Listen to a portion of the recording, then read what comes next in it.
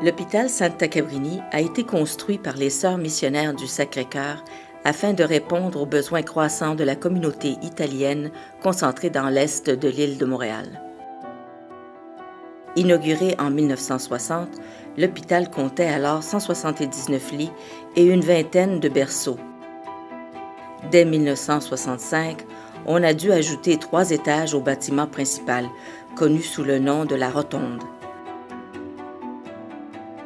C'est en 1976 que la Fondation Santa Cabrini a vu le jour grâce à la complexité de 3 personnes généreuses et dévouées. Un des cofondateurs, le Dr Albert Chiricosta, urologue pendant 45 ans à Santa Cabrini, est toujours vice-président et administrateur de l'organisme. Depuis ses débuts, la générosité des donateurs a permis à la Fondation d'investir plus de 17 millions de dollars dans le but de renforcer la mission de l'hôpital. Puis, en 1993, le nouveau pavillon Saputo a permis d'ajouter 80 lits. L'hôpital de première instance, doté d'une mission communautaire, Santa Cabrini compte aujourd'hui 369 lits, en plus de 103 lits au centre d'hébergement et de soins de longue durée Dante, réservé exclusivement à une clientèle d'origine italienne. Une vaste gamme de soins et de services de santé y sont dispensés dans une ambiance chaleureuse et familiale, fidèle aux valeurs qui ont transcédé le temps. Le respect, l'empathie, le mieux-être, le confort culturel et l'accessibilité.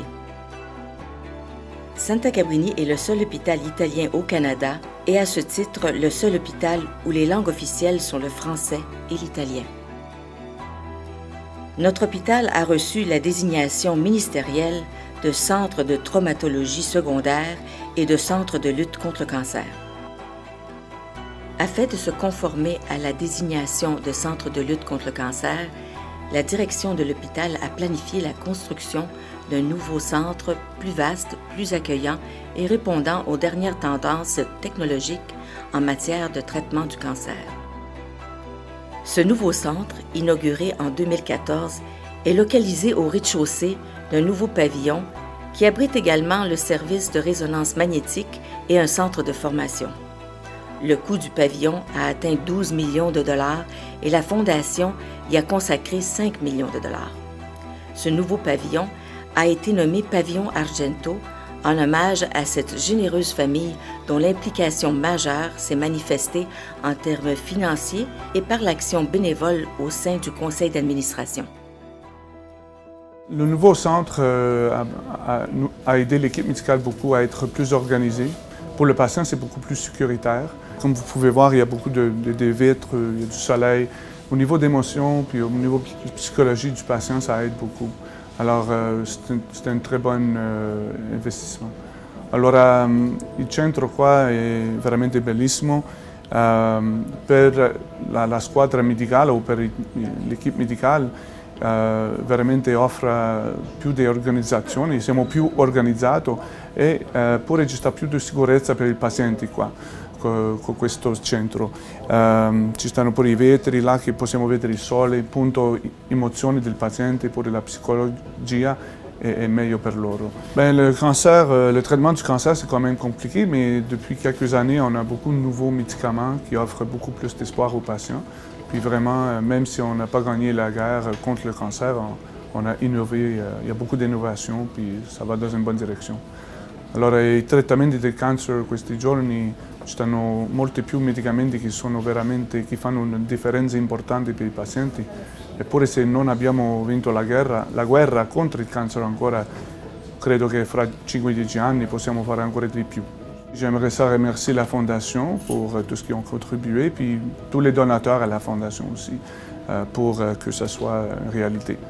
Allora mi piacerebbe dire grazie alla Fondazione e a tutti quelli che hanno dato i soldi, che hanno fatto delle donazioni alla Fondazione, perché questo è molto bello, questo centro è molto utilizzato.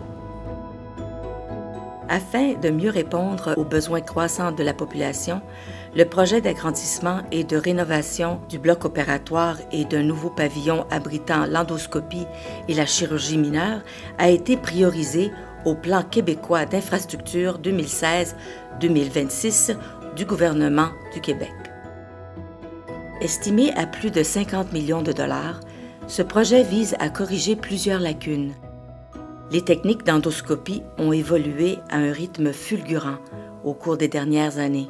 Plusieurs chirurgies mineures sont désormais réalisées par ces techniques, évitant l'hospitalisation du patient ainsi que les effets secondaires reliés à la chirurgie conventionnelle.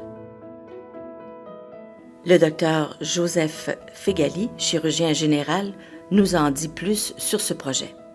On opère annuellement à peu près 12 000 cas de chirurgie majeure et à peu près 2 000 cas de chirurgie mineure, sans compter l'endoscopie. Notre salle d'opération est considérée parmi les plus performantes à Québec. Concernant le nouveau bloc opératoire, les plans sont finalisés et le projet est accepté parmi les grands projets du ministère et ça va être réalisé bientôt.